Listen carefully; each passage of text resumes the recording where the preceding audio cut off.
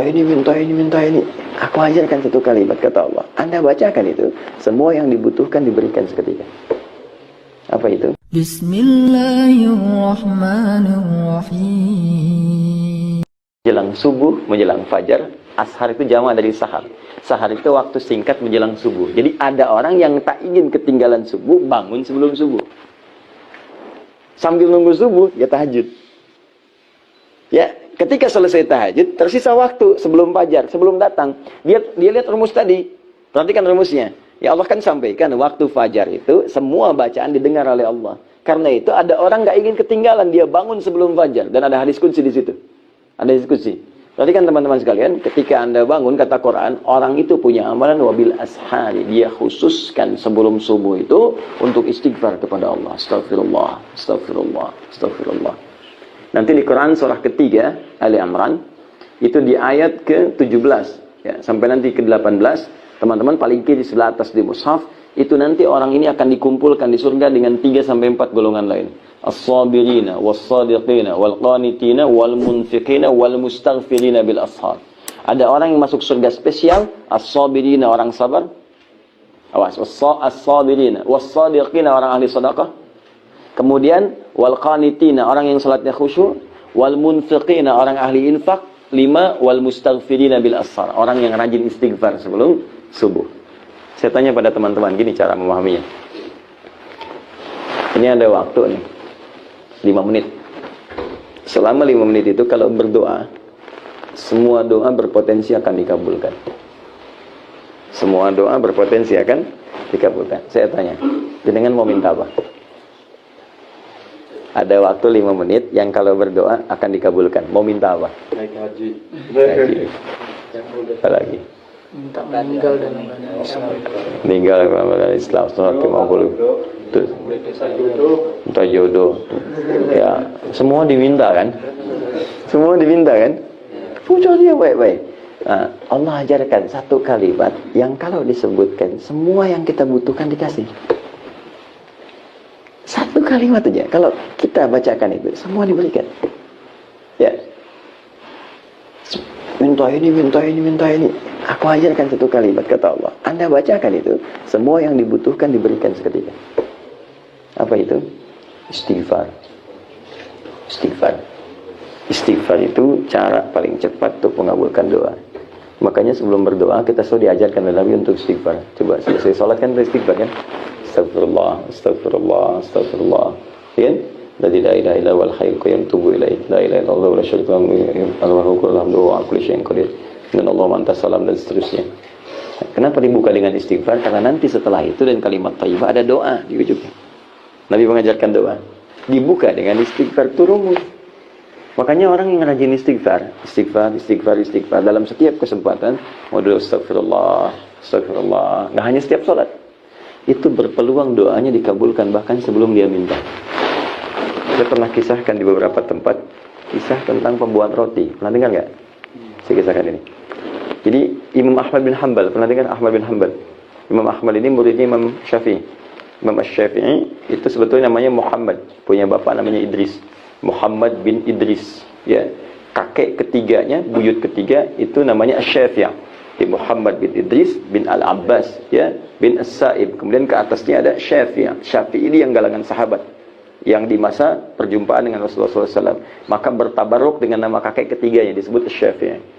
Ya, lahir tahun 150 Hijrah, punya murid yang lahir tahun 164 Hijrah namanya Ahmad bin Hanbal. Imam Ahmad ini soleh, hafal Quran, hafal hadis, banyak hafal hadis. Satu ketika, beliau tiba-tiba pengen main tuh ke Mesir. Datanglah kemudian ke satu tempat. Ketika sampai di satu tempat, ke masjid istirahat karena capek. Masuk masjid lah seperti ini. Itu imam besar. Cuma kak zaman dulu, mohon maaf ya, kan belum ada seperti ini, ada handphone, ada media sosial, ya, bisa selfie, pasang status kan. Nah, jadi orang tahu Imam Ahmad tapi nggak pernah lihat mukanya seperti apa. Kalau sekarang kan tahu muka nggak tahu nama kan, banyak gitu kan. Baik, sekarang Imam Ahmad dulu begitu, terkenal di mana-mana. Imam Ahmad, cuman nggak pernah lihat wajahnya. Tiba-tiba datang ke masjid, tiduran, istirahat, diusir oleh marbot masjid. Saya besar, ulama besar diusir oleh marbot masjid. Jangan tiduran di sini, keluar katanya. Oh, Imam Ahmad tahu fikih, tapi nggak bilang saya Ahmad, tidak. Dia hanya katakan saya mau istirahat. Jalan. Barah katanya. Barah itu lebih kasar. Jadi kalau sudah barah itu kasar namanya. Kemudian keluar beliau, tiduran di luar. Dikejar juga, suruh keluar. Ruah, kata ruah. Ruah itu lebih kasar lagi. Lebih paling kasar. Ruah, dari kata ruah. Keluar dengan roh-rohnya sekalian. Jangan sampai engkau keluar, rohnya masih di sini. Keluar sekalian dengan rohnya. Jadi Imam Ahmad pergi. Begitu pergi jalan, kemudian di pertengahan, dipanggil oleh tukang roti. Lihat kayaknya lelah gitu. Kata beliau, Syekh, ta'alu istirahat. Datang sini, istirahat. Tukang roti pun nggak tahu kalau itu Imam Ahmad. Maka ketika duduk istirahat, si tukang roti ini meneruskan bikin adonannya. Setiap dia menyentuh adonan, dia ucapkan istighfar. Astagfirullah. Alhamdulillah. Imam Ahmad tahu fadilah istighfar, tapi ingin menguji orang ini. Dikatakan oleh Imam Ahmad, tadi kan kalimatnya, ma faidat istighfarika. Apa manfaat istighfar? Dikit-dikit istighfar. Perhatikan kata tukang roti ini. Wallahi, demi Allah, tidak pernah saya mengerjakan sesuatu dengan istighfar ini kecuali seluruh yang saya minta kepada Allah selalu dikabulkan. Cuma ada satu yang belum terkabul sampai sekarang. Apa itu kata Imam Ahmad? Wallahi, saya mohon kepada Allah sebelum saya wafat atau sebelum orangnya wafat, saya ingin berjumpa dengan Imam Ahmad bin Hanbal langsung di hadapan saya. Saya wafat duluan atau Imam Ahmad wafat duluan. Sebelum kami wafat, salah satunya saya mohon pada Allah berjumpa dengan Imam Ahmad di hadapan saya. Kata Imam Ahmad, Allahu Akbar, karena istighfar kamu ini saya tiba-tiba pengen ke sini. Karena istighfar kamu ini tiba-tiba saya masuk masjid, dikeluarin dari masjid. Padahal itu rumah Allah, dikeluarin dari situ. Karena istighfar kamu saya di emperan disuruh pergi sama roh-rohnya. Sampai berjumpa dengan kau karena istighfar. Jadi bayangkan. Jadi apa yang kita minta cepat dulu dikabulkan, istighfar. Ya, jangan lakukan itu pada saya ya. Istighfar. Nah, jadi subuh itu cepat.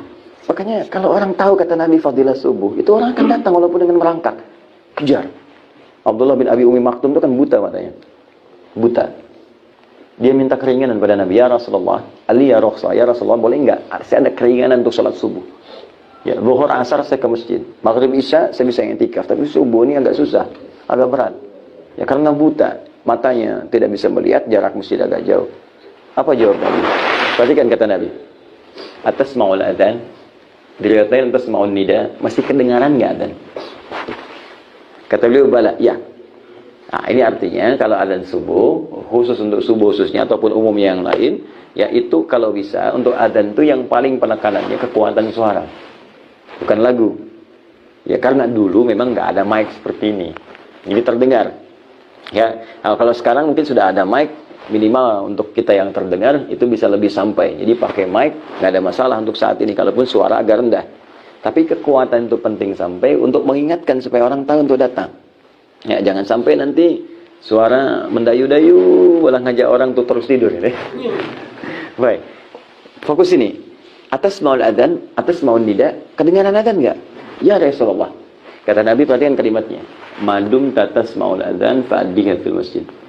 Sepanjang masih terdengar adzan, tunaikan ke masjid. Perhatikan cara baca sahabat. Gini ya. Antum nih sudah sepuh. Mata nggak bisa lihat, jarak ke masjid agak jauh. Kendaraan nggak punya, jangankan mobil, motor, sepeda pun tak punya, masih diminta ke masjid. Masjidnya tiangnya pelepah kurma, atapnya daun-daun kurma. Pertanyaan saya, masih mau ke masjid nggak? Kalau cara bacanya kewajiban, jadi beban. Tapi kalau cara bacanya seperti sahabat, jadi motivasi. Perhatikan cara memahami Abdullah bin Abi Maktum. Ini saya ini mata nggak bisa lihat, jarak ke masjid jauh, penuntun nggak ada. Masjid seperti itu masih disuruh ke masjid. Berarti ada fadilah, keutamaan, keistimewaan yang tidak biasa. Sampai seperti ini pun nggak diberikan rukhsah oleh Nabi. Ada yang nggak biasa. Dan Nabi sudah mengukur, dia pasti datang. Nah, ini menunjukkan di fajar ini ada yang penting, teman-teman. Maka oleh beliau, itu disemangati dirinya datang lebih awal ke masjid. Kalau sekarang jam 6 misalnya, berangkat dari jam 3 datang. Bahkan sejak peristiwa itu, yang biasa kita kenal adzan, siapa namanya? Bilal. Sejak peristiwa itu, adzannya kemudian menjadi milik Abdullah bin Abi Umi Maktum. Bahkan khusus nanti saat masa Ramadan, jadi 2 kali adzan. Jadi menjelang fajar, kemudian ada adzan Abdullah bin Abi Umi Maktum. Setelah itu Abdullah bin Mas'ud ngaji, ya kurang lebih 50 ayat, ya 15 menit sebelum masuk ke subuh. Setelah itu kemudian baru Bilal adzan untuk menunjukkan subuh tiba. Sampai sekarang peristiwa itu terabadikan di Madinah, adzannya 2 kali untuk subuh. Jadi kalau teman-teman kesempatan umrah atau haji, di Madinah 2 kali adzan. Termasuk di Mekah. Ya, azan pertama itu untuk menginformasikan siap-siap mau subuh. Ya, yang kedua itu azan subuh ya. Jadi jangan cepat-cepat katakan 2 kali bid'ah azan, belum tentu. Cek dulu, itu Madinah 2 kali. Mekah 2 kali, gitu kan? Jadi kita cek dulu dalilnya apa, keterangannya apa. Itu gambarannya. Jadi saya ingin katakan saking pentingnya sholat subuh, bahkan orang datang sebelum subuh. Maka seperti ini biasakan, alhamdulillah. Apalagi sudah ada masjid datang, siapkan diri kita ya. Untuk subuh minta doa. Ya, siapa tahu alhamdulillah langsung diaminkan oleh malaikat. Ketika diaminkan malaikat maka bonusnya ada tambahan. Ghufira lahu ma taqaddama min dhanbi. Dosa-dosanya diampuni langsung oleh Allah yang terdahulu. Tapi utang tetap tidak lunas ya. Ya, awas hati-hati, ampunan dosa bukan berarti menggugurkan utang. Jelas? Jadi minta amin amin amin. Makanya malaikat jadikan goib supaya kita bisa teruskan doa. Wah, kalau tampak nggak jadi berdoa. Ya Allah ampuni dosaku, amin. Kamu siapa? Malaikat maut. Jelas ya?